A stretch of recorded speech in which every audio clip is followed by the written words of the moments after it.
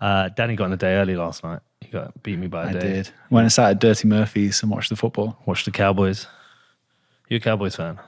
The Cowboys will always disappoint you, but to go to a Cowboys game and experience what Jerry has built there at the Cowboys Stadium, it's like no other sporting event on earth. Who's Jerry? Is he the GM? Owner of the team, Jerry Jones. Okay. In Texas, it's like a ubiquitous, like they call it Jerry World. I think it's the most valuable or the second most valuable sports franchise in the world, maybe second to Manchester United. It's like one, two like that. Dude, with all due respect, if I don't say this to my friend Alex, she's going to kill me, but she would say, fuck the Cowboys. Because she's a Philly girl. Yeah, Philly's good this year. They are good. Yeah. Didn't you lose to them the other week? We did. Yeah. She was texting me constantly. Yeah. She's like, but nobody wants to go to Philly. Like the stadium and the city.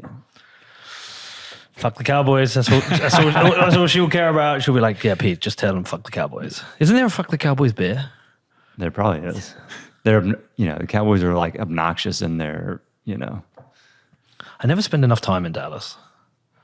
First time I came here was the South by Southwest, like maybe a decade ago. And you did the drive. You were like, oh, Austin's I told you about that, didn't I? 20 minutes, but it's 4 hours. Did I tell you the story? Yeah, you did. Yeah. When I went to the hotel, went back like an idiot.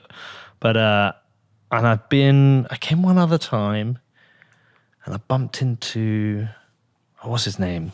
The Cowboy Oil Man, Oh, Gideon. Yeah, bumped into Gideon at a steak restaurant. Can't miss Gideon. Nick and Sam's. Yeah, that's a nice steak place. Is that Dallas rather than Fort Worth? They probably have them both places. Will they? Yeah, but Dallas is definitely nicer, bougier. How far from Dallas are we? About an hour. About an hour. You're not in Dallas, though, are you? I live in Dallas. Oh, you do? Yeah. Oh, right. I didn't know you lived in Dallas. Yeah. So is this why you've brought the conference down here? No, so we brought it here because the mayor of Fort Worth did the deal with us. So we donated some ASIC machines to the city, and she took a big risk, and they are mining Bitcoin in City Hall. What? That's so cool. You didn't see this? This is like worldwide news, like 700 million media impressions, like about 12, 16 months ago. That should have been part of the film that we did. How did we not know this? I don't know. Fort Worth became the first North American city to officially mine Bitcoin. They're doing it in City Hall. She and I plugged in the ASICs together, like news cameras, Fox News, CNN. She got a ton of, like, she wants Fort Worth to be known for more than just like oil and cows, like commodities. Basically, it's a big commodities hub for lots of different commodities: beef, oil, natural gas, lots of stuff. Innovation is what she wants it to be known for. And so she took a risk on that. And so we're taking a risk by moving the conference from Austin to Fort Worth.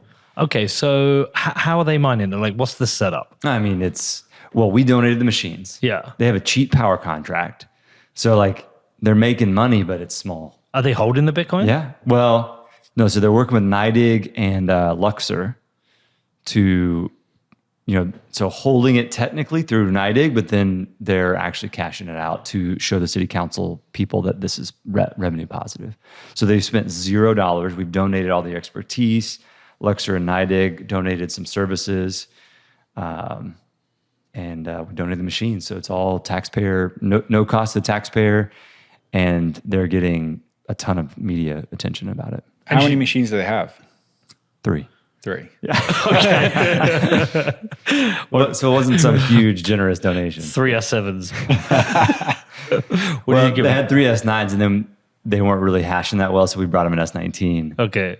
Which at the time was worth like $6,000. Now it's worth, we don't want to say, $2,000. Do you know what? I've got 5 S9s. I might donate them to Bedford. Do you still have them? Yeah. Somewhere. The city of Bedford. You should do it. The city is a stretch. We'd call it a town. I mean, that's what you should use to heat the pitch. Well, so I've talked about that. We need to build a new football stadium, but we have an issue every January, February. Freezes over. Yeah. And you can't play and you lose games. What about AstroTurf? So you can play on we call it 3G. You can do that. The problem with 3G pitches is that most teams want to play on grass. So what you notice with the teams who play on 3G, they're really good at home, but they're really bad away. It's not always, but last year we had at Rugby Borough, who we were competing with for the league. They were really good at home. They didn't travel well. They lost to some average teams away. And so you don't want to give that advantage. It's different. Like, with American football, it's fine because it's really a throwing game, throwing and catching game. So it's just a surface to run on. But with football, our football, you're passing it on it, and you're shooting on it, and it's hard to shoot on. It's a weird thing. So no, we wouldn't do that. But we had this idea. It's like, well, we could build under soil heating powered by miners, like the heat extraction from miners. That'd be cool. It probably cost a freaking fortune. The design and engineering, because it'd be a one-off design. Yeah. Well, it would be the first Yeah. of its kind. Which is always the most expensive. Yeah. So that's pretty cool so does she get Bitcoin? Is she like fully on board? I would say she's fully on board with hard money, the decentralization piece. She probably couldn't tell you how mining works, but 99.9% of people can't. But she's on board with the principles of it. So, yes. Why is it that Texas seems to get Bitcoin better than any other state? Doesn't matter who's doing the work. Doesn't matter what part of Texas it is. They just seem to get it. So I think it's two things. It's a combination of the ethos of Texas. It fits, right? Independent thinking. We are a little bit more sort of libertarian in Texas. But then the other piece is just the amount of education that's taken place over the last decade with all of the, Bitcoiners that are here. That's hundreds of thousands of conversations of effort where it's not been as concerted anywhere else in the country except for maybe like Miami, where the Bitcoin conference has been the last several years. Yeah, but you've now moved the Texas Bitcoin Summit here down here. Fort Worth. So we may go back to Austin. You may. If we now I was telling Danny before the show, this is going to be the biggest summit that we've ever hosted. Yep. So I think there is something to doing it in a city with a huge airport. The Dallas-Fort Worth region is the fourth largest in the country, fourth largest metroplex next to New York, LA, and Chicago. It's about to surpass Chicago. So New York and LA will be the only two larger metroplexes. Where did you connect? San Francisco. So I got a direct flight. From London. From London, Yeah. Heathrow to Fort Worth. Yeah. Yeah. Whenever I came out to see you guys for the UK Bitcoin conference, we had a direct flight. Yeah. It's So moving it. So you may move back, but it depends on. Okay, no, I get it. I see what you're saying. Anyway, how are plans, man? The biggest one yet. How much bigger than last year? About 30% bigger. Okay, what's that in terms of people though? It'll be well over 1,000. Okay. Over 50 sponsors. We've got, the speaker lineup drives, as you know, attendance. I know. So RFK, Vivek, Senator Cruz, Senator Lummis, Senator Wyden, and a bunch others. Peter McCormick, of course. And then, I think we have such a mining emphasis here that all these mining companies are coming out like they're bringing like 20 people each. Like Marathon sent me their ticket list. And they're like, hey, we're bringing this many people. And I was like, well, your contract says you can have this many tickets. And they're like, okay, well, we'll buy the rest. They're bringing like 20 people, and Riot's bringing 20 people, and all these big mining companies. Because at Bitcoin Miami, there's a mining stage, but it's almost like not as emphasized. Whereas in Texas, mining is a pretty significant piece of the industry here. Well, so I see your conference as like the mining and policy conference. Right. It's not like any of the other. I mean, obviously, I've been to most of the big ones. I've been, this year I've been to Prague. I've been to Lugano before. We're putting one on, obviously, which I'm going to pick your brain on. You've got Miami. You've got Bitbox. But yours is like fundamentally different. True. It's a different conversation, and it's less interesting for some people, and I think perhaps more interesting for others that live in that world where policy really affects their day-to-day. Well, I think there's a couple of ways you can look at it, because I think this is my third one. I think so, yeah. Yeah, and it's I'm the least well-dressed person there. There's a lot of people dressed like smartly in suits, and there's part of the argument. Some people say, no, ignore, and we'll get into this because I want to chew your brain on this. But some people say, just ignore the politicians. We don't need them, yada yada.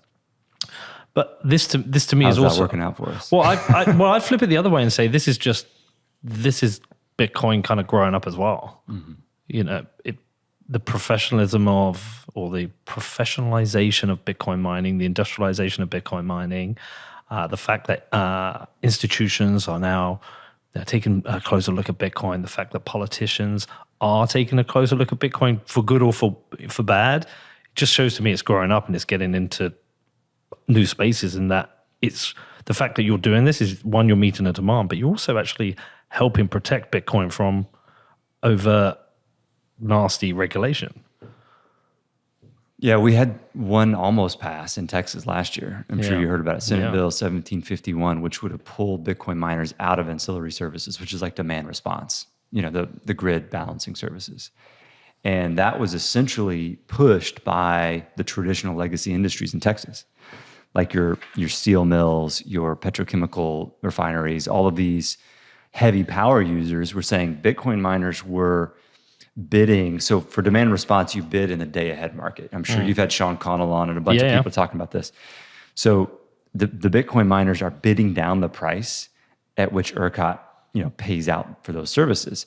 And all the legacy industries are therefore frustrated, and they were trying to sort of use some regulatory capture and push out that competition so that they could then bid higher and extract more value. Did they make any progress? It passed unanimously in the Senate, and then we kicked things into high gear, and we were able to kill it in the House. Okay, so help us understand how something goes through the Senate and the House. Like, what are the steps here? Sure. So you propose a bill, it has a committee hearing, and then it goes to the floor of that chamber. And so it was proposed in the Senate. We all went and testified on it. There was a committee hearing. It passed unanimously out of that committee. And at that point, we were like, we're in trouble. We need to really, so we kind of gathered everybody sort of war room style. In fact, we had a war room in Miami, and we were texting. I think you even popped by. Yeah, you called me. I called you. Yeah. And it was like midnight, and we were prepping things. As soon as we got back, then it goes to the Senate floor and passes unanimously there. And at this point, we're like in hyperdrive. This is state Senate. State Senate. Yeah. Yeah. So Texas State Senate. Then it passes over to the House, and it has to go through the House committee. So the House committee that heard that one was State Affairs, which is they handle all the, you know, internal things about like the grid or what have you. And so that committee chairman and the members of that committee decided this bill is not, you know, well, they actually got it. They understood what was happening. So behind the scenes, they're like, isn't this just like certain industries trying to push another industry out so that they can make more money? And like, it's going to be worse for the ratepayers because, you know, ERCOT just passes along the fees that demand response costs to the ratepayer, to the citizen. So they got it pretty quickly. We're like, okay, this is actually going to hurt the ratepayer because if you remove the most competitive bidders, ERCOT, therefore the ratepayer is going to be paying more for demand response services. So that logic worked, and those people on the House side are typically, they have longer time horizons. They are more interested in innovation. They're younger. So it was easier to work on that side. And we had more time too. I think there's a lot of senators that are very supportive of us, that are innovative and they're Bitcoin friendly, but we didn't really get on it in time to kind of derail the train. It just sailed right through. And that with legislation, sometimes people that don't support the bill, if they know it's going to die in the other chamber, they don't vote against it because they don't want to lose political capital with their colleagues. So that's kind of what happened. What is the fundamental difference between the Senate and the House, though? Like, why would it go through one easily and not the next? So there's only 31 Texas state senators and 150 House members. Right. And the state senators, they have longer terms. They're typically, it's more prestigious, so they're typically older and they've been in politics longer. Right. And so their time horizons are shorter. They're less likely to understand this dynamic. That's as nice as I can be. Gosh. How much of a threat is Bitcoin mining to these old legacy businesses? How much do they rely on this secondary income? Not much. I mean, but it is an economic, it cramps their profit margins a little bit. Right. I wouldn't say substantially, but enough for them to spend some time and energy with their lobbyists trying to change the status quo. I always find this whole lobbying thing kind of weird because we don't really have it in the UK. Not as overtly anyway. No, and it just feels like almost a form of bribery. It does.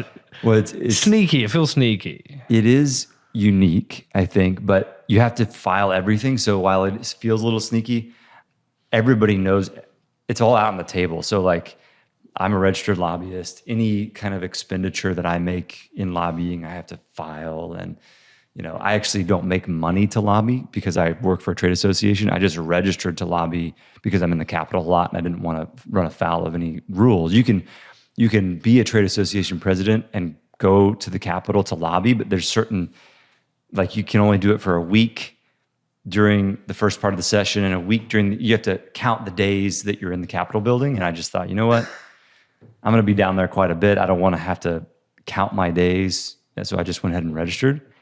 But every expenditure, every contribution, the Texas Ethics Commission is very clear. Like every PAC, it's all publicly available too. So it is strange, but at least it's all out there, right? It's very overt. It's like you could go look up and see exactly who donated to what elected official and how much they donated. Is it all out there? I mean, if it's highly illegal if anything's not out there. Yeah. So I would hope that it is. I'm sure people do get caught doing things off books, but it's, highly frowned upon and there's jail time and there's all that. So is there more kind of like some back scratching, some favors for favors? I don't know. No comment. No comment. No comment. To that. Can't get into that. I don't play in that game, in that world, but that I guess it could happen. I don't see it though. Well, listen, it's your biggest one yet, 30% bigger. Tell me and Danny before we get into the meat of this, because we're putting one on. What do you worry about? So there's two main things that you worry about with conferences. Yeah. There's one is it going to be high energy? Is it going to feel like people are like connecting, business is getting done, there's value for them. And the other thing is the finances. Because these are not cheap to put on. We're spending over $1 million to put this thing on. Wow. And the weeks preceding the conference really make or break you, because you can get $500,000 in sponsorship revenue, but then your ticket sales either help you break even or you're in the red, or that your ticket sales catapult you to, surplus or profit that you can pour back into, we're a nonprofit trade association, so we'd pour it back into like advocacy efforts. But those are the main two things. Right, noted, Danny. High energy ticket sales. And hopefully people turn up. No, I mean, look, I love what you're doing. I love the fact that you managed to bring so many high profile political heavyweights together. I think it's impressive. And I've enjoyed it every year I've come, and I'm looking forward to it this year. Is it getting easier to get people to come now? It does. I think, people know the brand now and they say, hey, they understand that it's sort of a little bit more business-esque, B2B. But do you think there is a changing kind of acceptance, recognition, awareness of Bitcoin?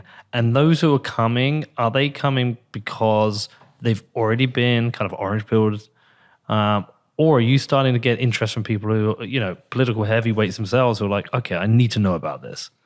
So I think our conference is more of a non-orange pill than your average. Like Bitcoin Amsterdam was probably like 95% orange pill, right? Okay.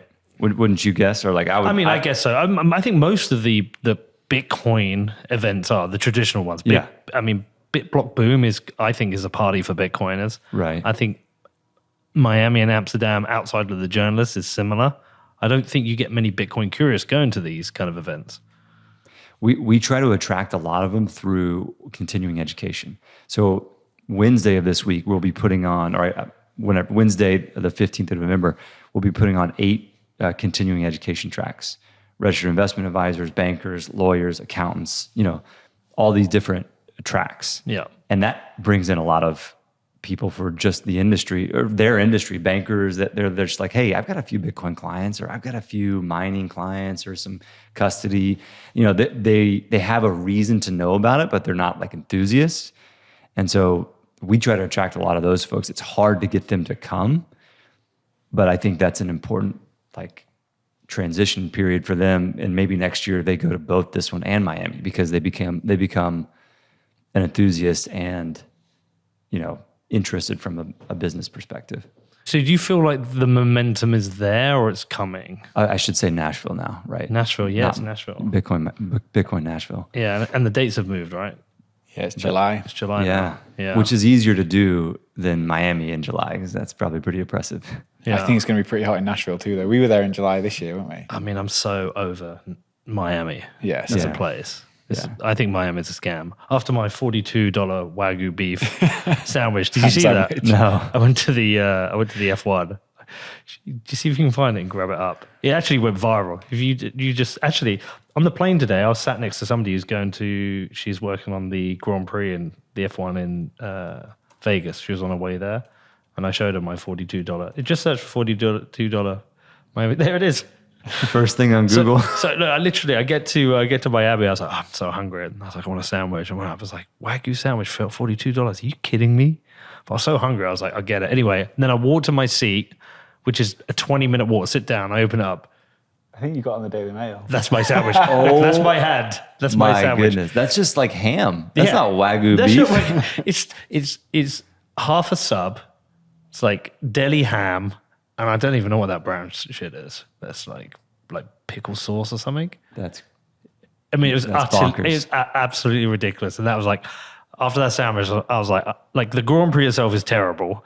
It's a terrible track, terrible view, and terrible sandwich. Austin, though. Austin's got a good F1 track. I've been. Parker Lewis took me once. Yeah. Yeah, it was amazing. Yeah. But that's a proper Grand Prix. It's a proper racetrack. Yeah, when they want to put these racetracks in places that aren't racetracks, you've got to plan it well. Miami, I don't know how Vegas is going to work. So Miami is like a flash in the pan, I think. Yeah. The city, it has that vibe. There's not a lot of substance there from like a moral. I mean, I know those are strong words, but like I feel like a lot of with I you. people. totally agree. I totally agree. Nashville is kind of the opposite. It's like this is, you know, long time horizon. It's here to stay. You know, it's a little bit more. You know, we're not making money overnight. We're making money through long-term real estate investments or commodity trading or just long-term business. It's the second home of Bitcoin, man. There you go. Behind I Bedford. thought that was Austin. Bedford's the first home. Okay. We'll give you third or fourth.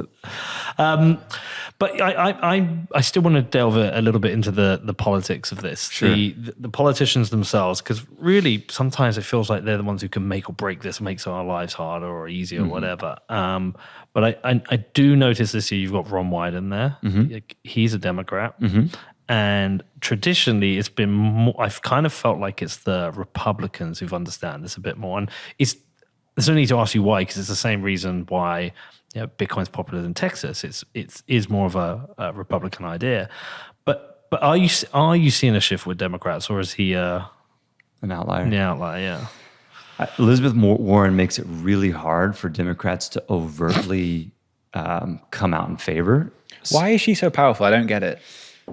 She's powerful because a lot of her former staffers work in the Biden administration, and so they pool a lot of levers of power.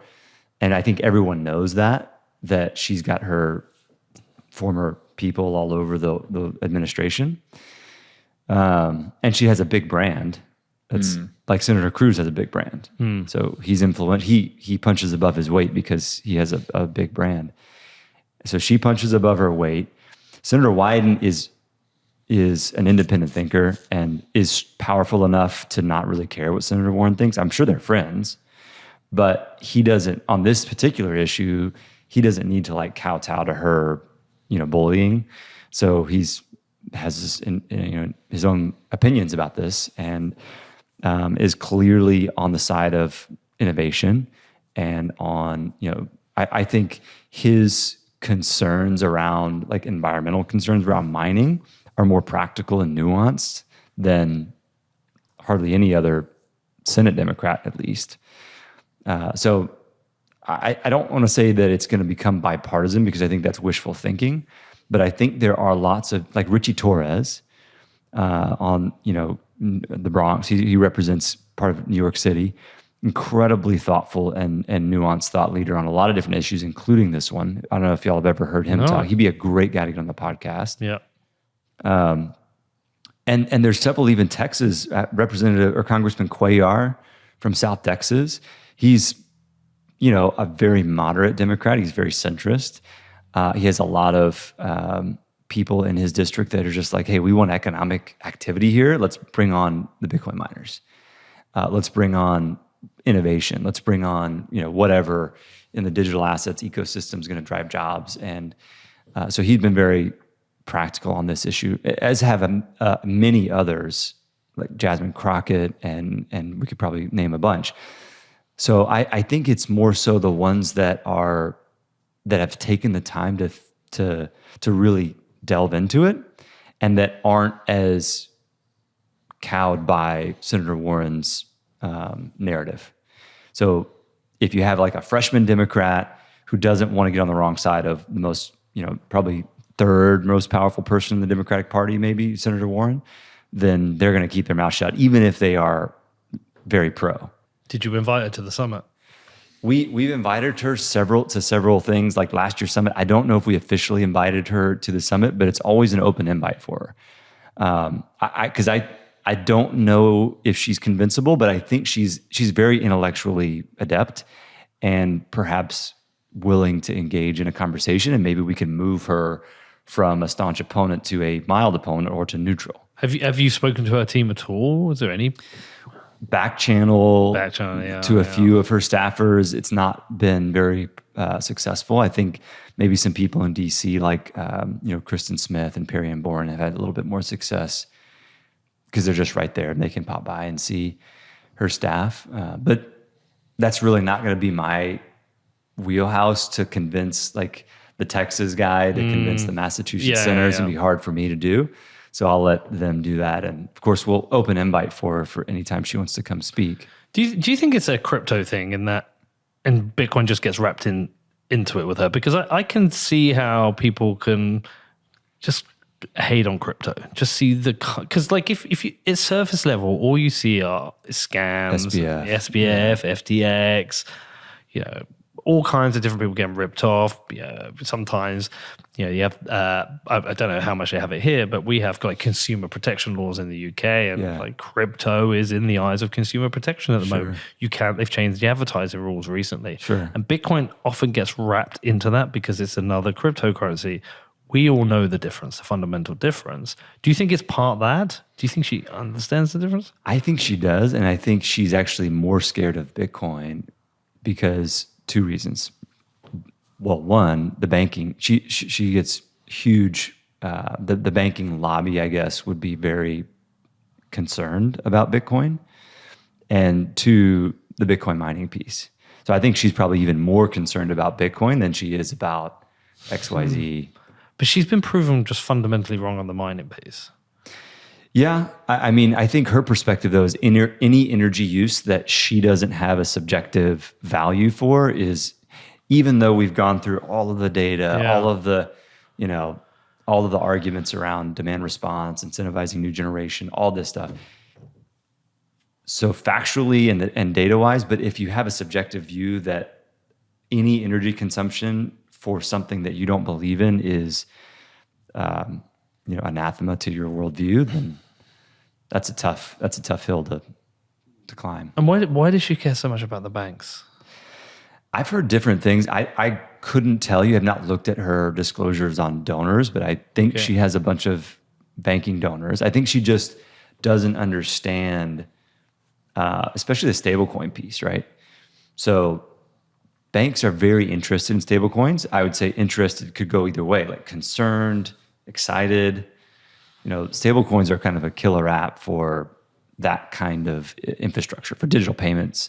And so that is one of the biggest concerns that I think she has is, what is this going to do to, the prospect of an intermediated CBDC, like a Fed to bank CBDC, which is the only kind of CBDC that I think we could ever end up seeing in the US, which still would be a concern. The direct Fed to consumer CBDC is off the table, in my opinion, just because how many elected officials have come out against it. But the Fed to bank intermediated or wholesale CBDC is a possibility. And so she views stablecoins as a threat to. What actually is that, though, a Fed to bank CBDC? It's just a few steps beyond Fed now, which is just, instant clearing payments for ACH. But what would the difference fundamentally be? It would be built on a blockchain.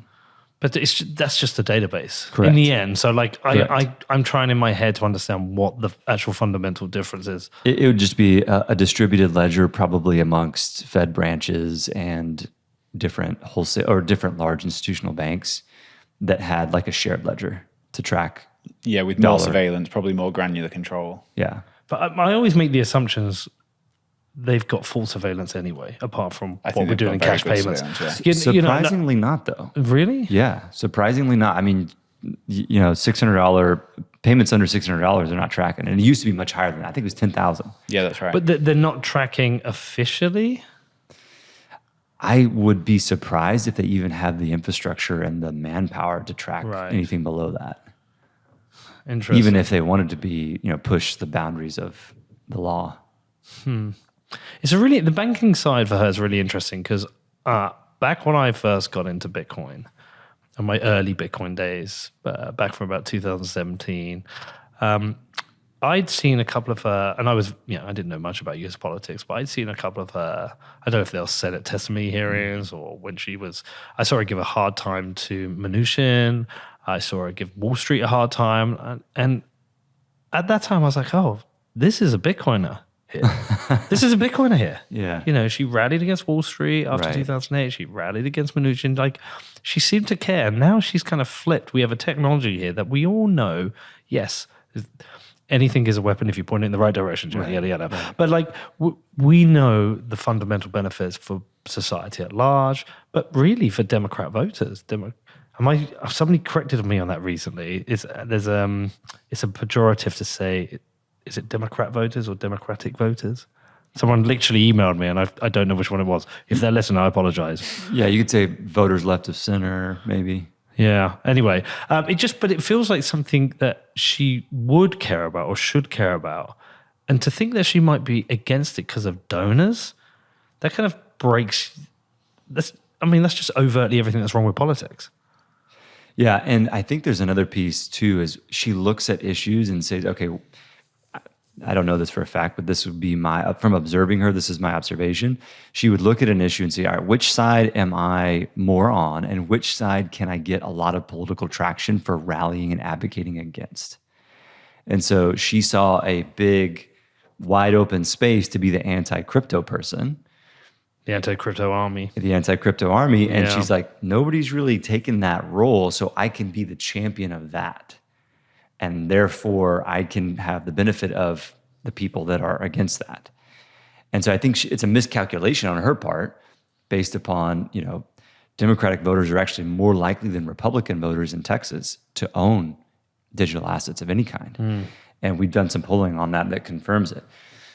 Probably more because of the Democratic voters are more likely to be young, and young people are more likely to be own digital assets. But I think it's also part of she saw that green field. She just makes a living as a politician of being railing against something, whether it's Wall Street or, and sometimes those things don't make sense. But if somebody had already been the anti-crypto army, she probably would have been like, yeah, we'll let that person do it. There's not a lot of political play for me to go banging a drum in that area. Politics is so dirty. I think politicians on both sides do it, and it's makes sense to me because they need that issue that's going to get them that exposure. This is why I like RFK, and I like his move to go independent. And it's not that I particularly agree with him on everything, but the fact that he's kind of rallying against the quagmire of politics right now. Right. Have you seen his latest poll numbers? No. Insanely good. 22% in a lot of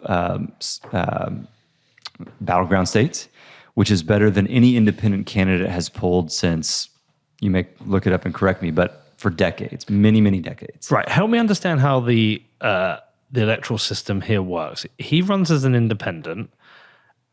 So everybody in every state can vote for him for president, right? Assuming that they've got ballot access in that state, which I think that they have ballot access in the vast majority of states. What do you mean by ballot access? Like his name's going to be on the ballot.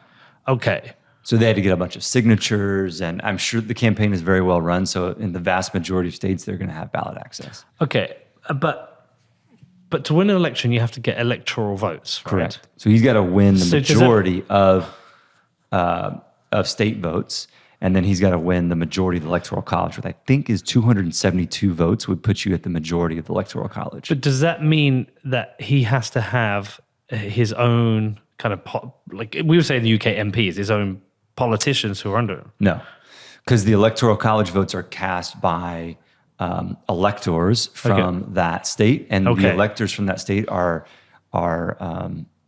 whichever party wins that state, then they get to assign the electors to vote, and they 99 times out of 100 vote for the candidate that won the state.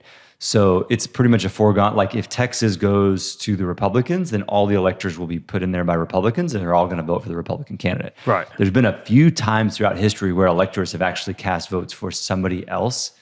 Well, Trump tried to get them to do it as well, right? Yeah. Yeah. And it's an open legal question whether that's even legal or not.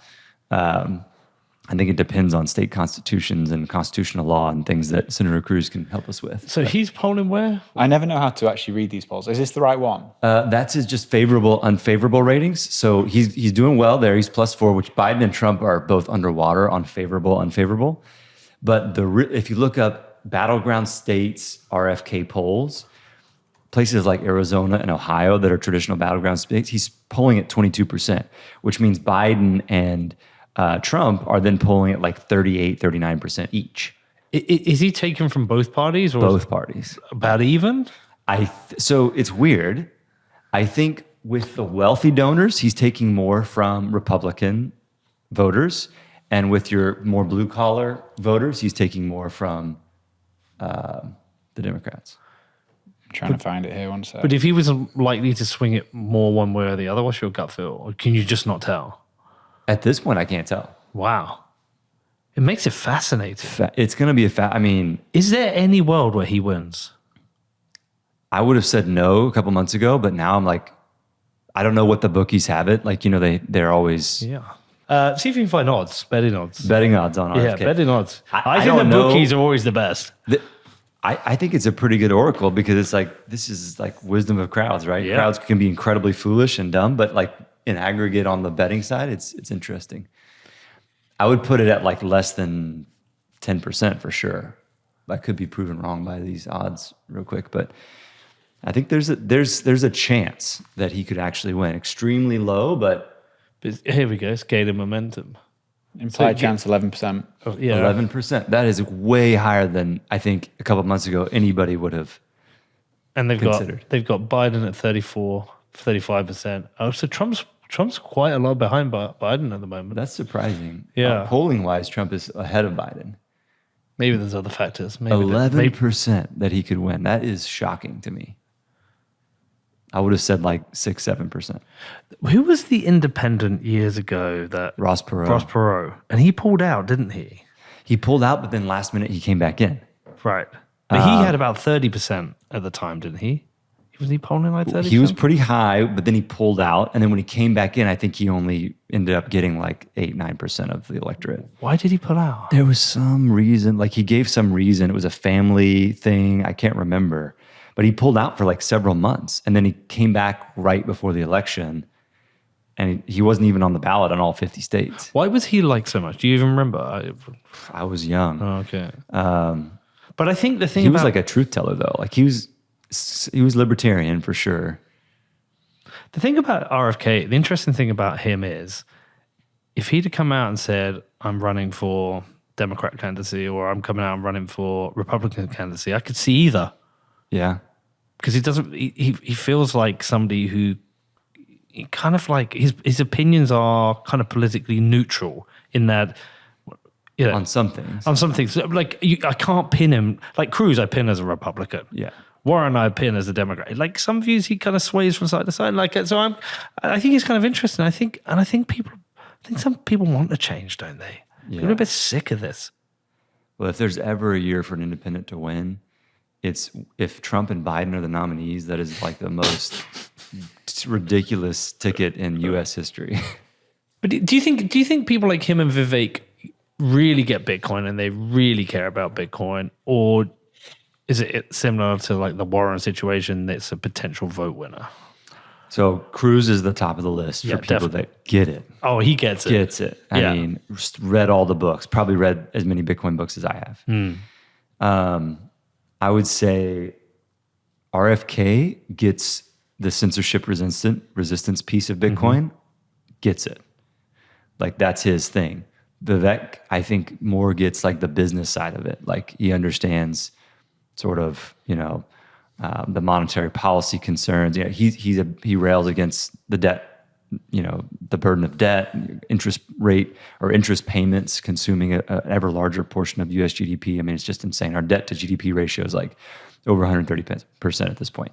You know what Lynn Alden says? The 135% is your event horizon. Once you're over that, you're done. You're done. You can never pay it We're off. approaching it. Yeah. And we'll probably be over it soon. So yeah, I think Vivek gets it on that side. And it's easier for him to talk about that because that's a conservative issue. Yeah. I do wonder though, when like push comes to shove, when they're really tested on the issue where they would stand. I mean, I know it was a nonsense story by the Wall Street Journal, but the recent Hamas thing, where it's like Hamas are funded by Bitcoin and, they had to redact it in the end. But I do wonder when that kind of push comes to shove, whether they'll stand by and go, no, it's money and terrorists use the dollar as well, it's to be proven. Yeah, I think remains to be seen. Like what's politically expedient. I think their convictions will be a bastion against political expediency to a point. But I think there is also a point where if you're not like convicted at a very deep level, the amount of political capital you have to expend to keep that wall is pretty strong. Well, that's the interesting point. I think, if you go back 4 or even 8 years, the further back you go, to become a politician, come out as kind of like a pro-Bitcoin, it's a risky position to take. But I think we're approaching a time whereby it'll be risky position to not be pro-Bitcoin. I think if you look at the demographics, that's accurate. Yeah. Demographics show 42% of people under the age of 29 own digital assets in Texas, and the U.S. is probably similar, but only 6% of people over the age of 65. So like this is a generational shift then. Generational. So the old people don't own it and the old people in power are against it. But so over time, it's probably 10 years from now where that's a complete shift. And it's like 10 years from now, every presidential candidate will have a platform. And in all likelihood, it's got to be pro. So we need to kick out all the boomers. The boomers who took all the money, of course they're against it. They're against it. Vivek is actually going to unveil his comprehensive policy strategy this week at the summit. At the summit? At the summit. That's a get. Did you see he tweeted, I think yesterday, saying he wants to sack every, 50% of the people in Did you see how he was going to do it? It was about a social security number. Yeah. Even and odd social security numbers. Whose number ended with an even number and whose ended with an odd? I like it. Why not? I mean, look. It's fair. It's interesting. Like he sounds a bit kind of wild at times, but he also speaks a lot of sense. I think it seems to me that if you're going to come from nowhere to make a lot of ground as quickly as he does, you've got to do two things. You've got to have a lot of money that you can spend of your own, which I think he has got, and you've got to be loud. Yeah. And he was both. I think he's getting louder as well, as the chances diminish. Did you watch him in the debates? I saw clips. I didn't watch the whole thing. Did you see? What's her name? Nikki Haley. Where they went toe to toe. She called him scum. Oh, really? It was full on. Yeah, it's a clip worth watching. He holds his own. He's incredibly just quick-witted and intelligent. He was the last debate. He was going against the moderators. Yeah. Did you hear his lines against the moderators? He opened up against the moderators, calling them to resign. Yeah. It was wild. I guess he's got a really interesting position in that because we're fully clear if Trump is going to run or be able to run. Open question. Is it that much? Is it an open question? I think it's very likely that he will, but there's some lingering judicial issues that he has to overcome first. Is there any scenario where he's in jail? I think it's possible. I think it's highly unlikely, but it's possible. Can you run for president while in jail? I have no idea. That would be never wild. happened before. Because I think he's positioned as a clear running mate now. Yeah. And then if Trump doesn't very run, strong. Whoever gets the nomination would be crazy not to have him as the vice presidential candidate. yeah. But if Trump didn't run, would he most likely be the leading candidate now? It'd be between him and Ron DeSantis. But it feels like DeSantis has been struggling. He's been struggling. He's been giving ground to Nikki Haley. Yeah. For sure. Tim Scott pulled out of the race recently, so Okay. those are the four right there. Yeah, Pence pulled out as well, right? Yeah, But Pence is that out. wasn't a serious.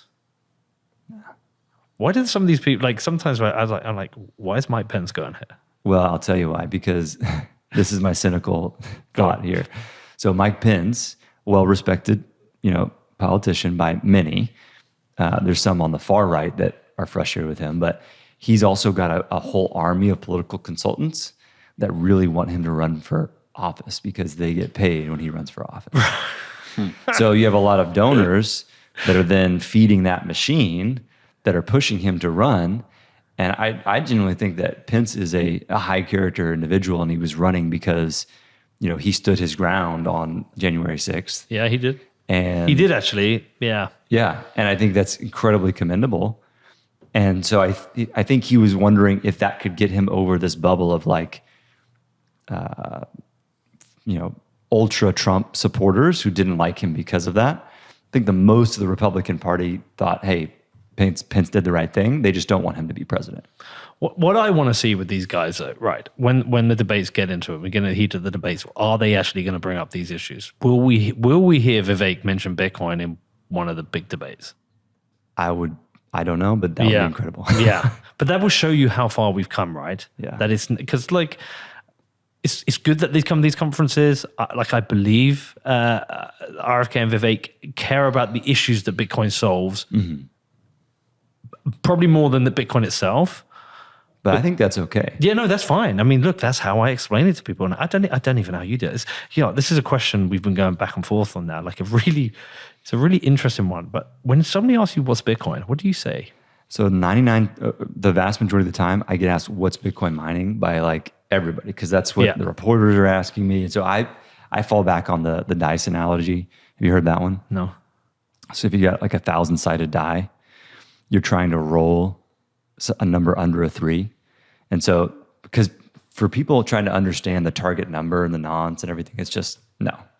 So if you're just saying, hey, you've got a 1,000-sided die, you're trying to roll a 1, 2, or a 3. It's going to take you a while, right? Well, imagine you had a 100,000-sided die, and now you start to think about hashes and the number of machines on the network. And as the machines grow, difficulty grows. I think the dice analogy is really good for that. But how do you explain what Bitcoin? If someone comes to you and said, "What is Bitcoin?" I just say very simply, it's censorship-resistant hard money. I try to keep it as small and short as possible. It's interesting. Maybe that's what we should be doing. Well, you guys probably do it better than me. Well, so we did an interview recently when somebody asked me, and I actually did a really bad job because I think I've spent so much time talking to so many people about mind was just- and I'm trying to be ultra nuanced, but then trying to simplify. I'm just trying to do so many things at the same time. I just gave a nonsense answer, and maybe the correct answer is the answer's right for whoever's asking. Whoever's asking, give them the right answer. But I don't have a solid answer of what it is because it is so many things. But if I say decentralized hard money, majority of people around where I'm from, they're not going to know what do you mean hard money? Sure. My pound coin's pretty hard. They're not going to get it. Yeah. And so trying to push people on that, I don't feel like there's a consistent narrative. I think it does change on who you're talking to. I mean, I think the digital gold narrative works pretty well for older generations because they don't want to hear about the other components that we want to talk about. But then you get into this gold Bitcoin comparison, then it's it breaks down pretty fast.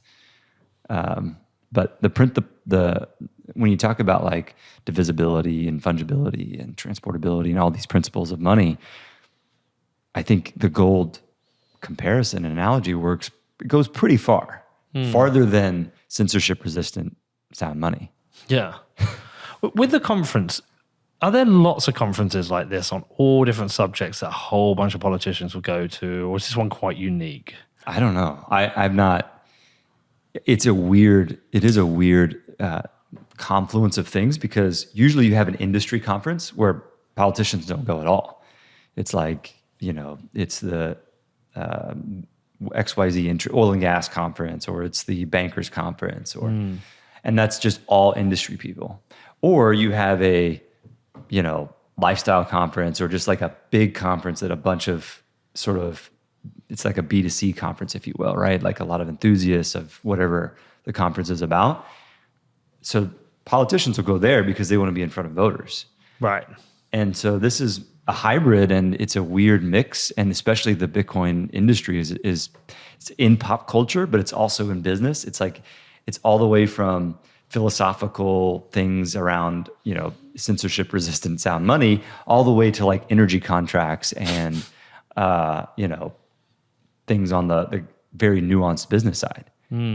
So I do think it is a weird animal. But does the conference have influence then? So will the things we talked about here, will they have some reach? Does the media pick it up? Does it get in front of other politicians who aren't there? What role does it serve there? I would say in the years past, we've had a mild media presence, 30 or 40 journalists, maybe 10 from the mainstream media. This year, we're excited because we've just got confirmation from a bunch of like local TV stations, like the ABC, NBC affiliates. They're sending camera crews. Like, that's who I want to be at the, I want them to be filming RFK's talk or wherever, and I want it to be shown on the 6 o'clock news to the average person in the DFW area or the Austin area, or, if there's a group coming from, or, there's journalists coming from all over the country, but the majority of them are coming from Texas. I want that local media to be educated on it. And that's where all politics is local. Politicians have, or elected officials have, groups of people that are constituents that they answer to.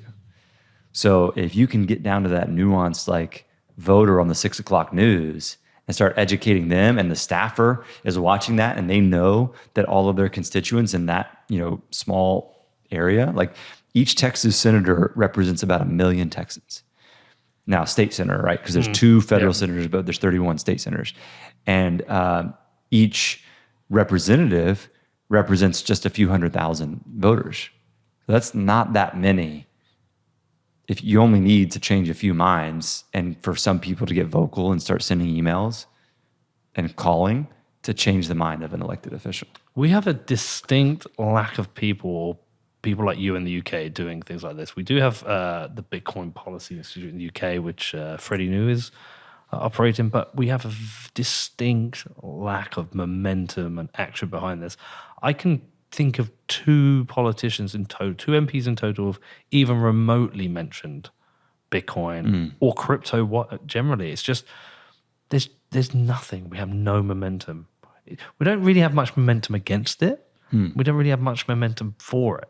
It's interesting. Yeah, and I'm not sure. How does grassroots politics work in the UK? So again, I probably know a bit more about American politics and UK politics these days. We have local councils, and local councils are made up of councillors representing different parties. So in where I am in Bedford, I'm pretty sure we used to historically, I think, be a Liberal Democrat area. Lib Dems, as they say. But I love UK politics, by the way. Well, so our current mayor in Bedford is a Conservative mayor. And there's a lot of horse trading that goes on. I don't know much about UK local politics. At a national level, we have the Parliament where the MPs sit, and then we have the House of Lords, the unelected House of Lords. Right. But you have a multi-party democracy, which is we do far more effective than a 2-party one. So I can see both sides of it, because yes, we do, but I think it brings everyone to the middle. Which is good. Well, yes and no. Well, yes, I guess from an American perspective, it's good because we're sitting at like a crazy polarized, can't get anything done place. Yeah. So, but the other side of it is when everything gets pulled to the center, like you kind of find that everyone just agreeing on everything. You know, there's certain like fundamental difference between the parties, but really the Conservative Party now is just a slightly right of centre, and the Labour Party is slightly left of centre. I don't know if you think I'm being unfair here, but I just feel like, I don't know. I feel like we don't have a strong Conservative Party anymore. We don't really have a strong Labour Party anymore. I don't really know what anyone stands for. They also kind of stand for the same things, which are kind of social issues, like virtue signalling issues. There's no real strong policy anymore in the UK. You think I'm being unfair? No, I think that's probably pretty fair. I've just taken a distinct lack of interest in it recently because I don't even know what I'm voting for anymore. And y'all are still first past the post, right? You don't have like any ranked choice voting or anything. First past the post, yeah. In Germany, they're experimenting with ranked choice voting. Well, hold on. So we do, but you do have to get some like a majority, and if you don't, then you do get these coalitions. Like previously, when the Conservative Party didn't have a majority, they had to go into coalition with the Lib Dems, which pretty much killed the Lib Dems at that time. But sorry, you were saying about Germany? I think the ranked choice voting concept could revitalize a lot of these Western democracies. Okay. What is that? So Andrew Yang is a big proponent of Yeah. it. He'll also be at the conference, and I love when he talks about this. It's a very sort of decentralized concept and like brings, kind of brings in blockchain, this concept of decentralization to politics. So your vote, you basically write a list and you rank your candidates from 1 to however many candidates are in the race. And then your first place person, if that first place person has the least number of first place votes, then all of that person's first place ballots goes to their next number 2 candidate. So eventually there's this sorting process, and you are able to really get at the true nature of what that voter wanted through his or her preferences on a ranked choice ballot list, rather than just like sitting in there and be like, that is quite I don't good. want either of these people. Well, I think it's going to be a wild year. In a lot of ways. Yeah, I mean, just Bitcoin ETF, Yeah. U.S. elections, yeah. halving. Danny thought the ETF was going to get announced today. I think it's going to be this week. You think it's going to be this week? Maybe. I hope so. Okay, do y'all call it the halvening or the halving? Because halving. I call it the halving, but some of the CEOs of Bitcoin mining companies that I work with call it the halvening. I think the halving is always like a shitcoiner word. Halvening? Yeah, I think that's what shitcoiners say. It's the halving. I say the halving, but yeah, I've heard some publicly traded mining CEOs say the halvening, and I'm just like, are they wrong or am I wrong? So our football team, our men's football team, their program's called the White Paper. And this weekend, the ladies had a big FA Cup game. So we did their first ever program, and we called it the halving. Nice. And I still think it should have been public address. Yeah. I just saw halves and Game of 2 halves. Yeah. And so like I was like, do I call it the halvening or the halving? I was like, no, it's definitely the halving. It's definitely the halving. All right, man. Listen, anything I've not asked you about, anything you've not told me about this conference you want to tell us about while people are listening, because we're going to put this out before it. Okay, so I think the biggest thing is, let's come out and support Fort Worth for taking a big risk on Bitcoin and Bitcoin mining, and see where it takes us. The city's really interested to see how this goes. I think they could probably do more if they see positive results. Well, I say congratulations for everything you've done on this. I've watched you build this up. I said I've been to this will be my 3rd one. How many have you actually done? Just 3. Oh, so I've been to all of them. Yeah. There you go. That's how much of a fan I am. It's my first one. Nick Carter, and Senator Cruz are the only people that have spoken and been invited to speak at all 3. I don't know any other scenario where me, Nick Carter, and Senator Cruz all done something the same. But no, I love it. I mean, I have a great time every year. It is a different audience, and it's good to see you and your good wife as well. And I look forward to it, man. And we're here a week. And I've actually planned it in a way. I'm getting the red eye on Friday so I can get home for the football. So I'm literally navigating football to do this. But Nice. okay, if people want and to, you're going to get a big award, yeah. What's this all about? the Goodfellas Award. Have you just given me this so I come? So we partnered with the Sovereign Wealth Fund Institute. Yeah. And we did something. They actually had RFK at their event recently, and we went out there and supported them. And they gave me an award, and I just got to know they're really great people. Yeah. And they educate sovereign wealth funds around the world on different industry verticals. Uh-huh. And so they're like, hey, we need you to come talk about, alternative assets and things like that. And so they didn't not from an investment advisor perspective, just more philosophically and conceptually.